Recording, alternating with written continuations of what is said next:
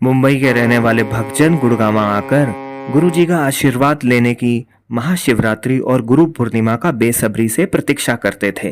दिनेश भंडारे भी super Lord का इंतजार करने वालों में से ऐसा ही एक भक्त है जो कभी इस अवसर को अपने हाथ से निकलने नहीं देना चाहता था। ऐसे ही एक अवसर पर वे गुरुजी के समक्ष बैठकर अपने ऑफिस के माहौल के बारे में गुरुजी को बता रहा था। असल में हुआ ये था कि उसका कुछ रैंक प्रमोशन हुआ और जिन लोगों से वे आगे निकल गया था वे उससे जलते थे। उसे ये प्रमोशन गुरुजी के आशीर्वाद से ही हासिल हुई थी और उसकी ईमानदारी उसके लालच से कहीं अधिक ज्यादा थी। वो हेड ऑफ परचेज डिपार्टमेंट होने के नाते उसकी अतिरिक्त आमदनी मतलब कि एक्स्ट्रा इनकम उसे लालच दे रही थी, लेकिन वे व्यक्ति कभी भी बिकाऊ नहीं था। उसके विभाग के कुछ अन्य अधिकारी उसके काम में रोड़े अटका रहे थे जिससे वे मानसिक रूप से परेशान हो जाए और कुछ हद तक वे अपने मकसद में कामयाब भी हो गए।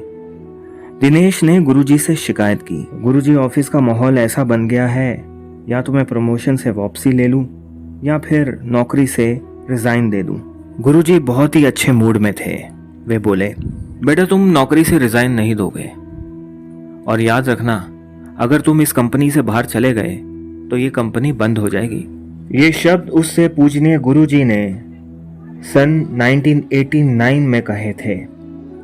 गुरुजी के उस आज्ञाकारी भक्त ने गुरुजी की आज्ञा से मुंबई वापस जाकर उसी कंपनी में सभी परेशानियों को झेलते हुए अपना काम शुरू कर दिया। ठीक 12 साल बाद 2001 में दिनेश ने बिना किसी दबाव के अपनी मर्जी से उस कंपनी की नौकरी से रिजाइन दे दिया। करीब 1 महीने बाद दिनेश को पता लगा कि उस कंपनी के सभी कर्मचारियों को नोटिस दे दिया गया है और वे कंपनी बंद हो रही है। हे भगवान! गुरुजी ने दिनेश को सन 1989 में यह कहा था, जिस दिन तू ये कंपनी छोड़ देगा उस दिन के बाद ये कंपनी बंद हो जाएगी। और ये 12 साल के बाद हुआ। दिनेश ने कंपनी छोड़ी और कुछ ही हफ्तों में कंपनी बंद हो गई। गुरुजी आप भगवान की तरह महान हो, जैसे वो जानता है कि आगे क्या होने वाला है।